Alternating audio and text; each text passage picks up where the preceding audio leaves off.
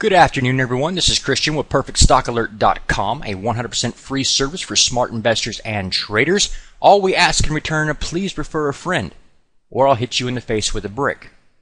What? I can't say that? Today we're going to be looking at the double top reversal chart pattern, and this particular pattern is actually somewhat difficult to call. And even though it's quite easy to spot once it's completed. Let me show you what we have here.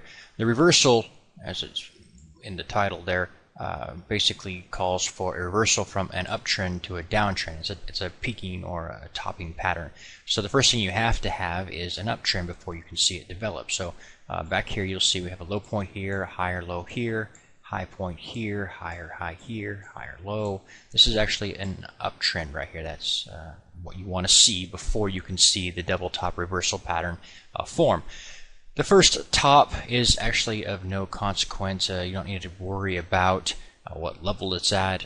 You don't need to worry about the volume level, none of that stuff. But here's the thing you do need to know. When you see the top, there's got to be a span of time between that high point and the next to form that double top, and it must be a substantial amount of time, minimum of 1 month, preferably 3 to 6 months before you actually can see that. What you don't want to do is to see a move. Let's say you're moving along here and you get up here to this high, you pull back for a couple of days and then shoot back up, and then to turn around and say, okay, that's a double top and we're going lower. That's actually not a double top. There's got to be a span of time in there, and I'll show you why. Okay, as I said, after you have your uptrend in play and you get your first high point there, it sells off from that.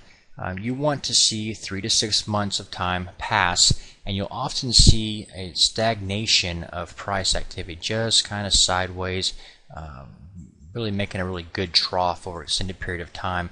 This is showing there's not a lot of demand there, not a lot of activity going on, and that's a sign that maybe you're starting to wane. The trend, the upside is starting to wane. So when you see the next move to the upside, that's when you start getting the potential for a double top. I just say potential because it's not there until you've actually complete the formation. But for now, something else you need to know about this double top is it doesn't have to be exactly double top. And for example, you have here on this chart 33.63 was the high. The next high doesn't have to be 33.63 on the nose. It can be within 3%. Most technicians look at that as still being a double top. On this particular run here, you would like to see a decrease in volume compared to the previous. A low volume rally is not sustainable. We've mentioned that before in other analysis that we've done. And that's why you look at the volume. You'll notice here you have some volume, but it's less than previous volume. You're trending down there, okay? So that's important to note. You come up here, you bump against that resistance line, but you still haven't actually formed a double top. And the next stage would be the sell-off following that double top, and that sell-off should have good, strong volume behind it. All right, you'll notice that's greater sell volume than we've seen on the buy volume side, and you'll also notice that the speed of the sell-off here is much faster than it was back here. Back here it took like 20-something days to actually get down to the bottom, where in this particular case it took about 5 days. The sell-off there has increased. People are realizing, oh wait, we're not going any higher, and supply is much greater, sell side is much greater than the buy volume, and you fall much faster. You're still not a double top, even though you've pulled back down to test that previous low points that were acting as support. That's still not a double top until you actually break down and close below that. Okay?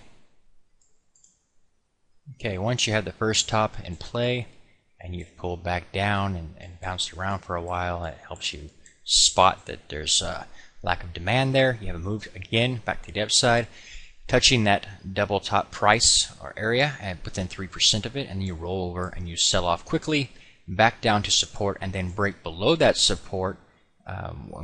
When I say break below this support, for me, closing below this trend line is a break of that support. However, some technical analysts will require different things, either a particular percentage move below that, it may be 3% or 5%, and some analysts will require require that the price activity will close below it for a period of time, for example 2, 3, 5 days, something like that, to confirm the breakdown of that actual support line.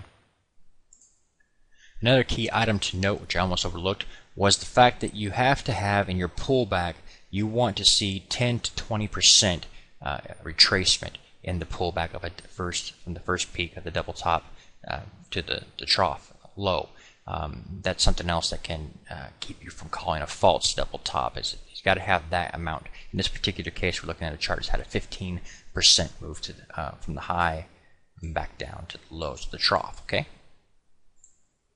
One last item to note regarding the double top is that you can find a target for how low you expect the price to fall once the double top has formed.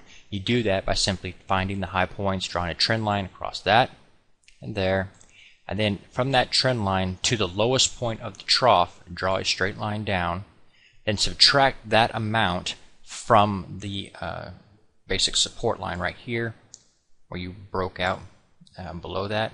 Subtract this amount here from here, and you get a target or projection for how low you expect price activity to go before finding another support line. Remember, it's always only a target. You should be using it as a guide, not an exact metric. Okay? Please take a moment to review our disclaimer. The information provided herein is our opinion only. Under no circumstances do any statements here represent a recommendation to buy or sell securities or make any kind of an investment. You are responsible for your own due diligence. To summarize, we do not provide investment advice, nor do we make any claims or promises that any information here will lead to a profit, loss, or any other result. These videos are for educational purposes only.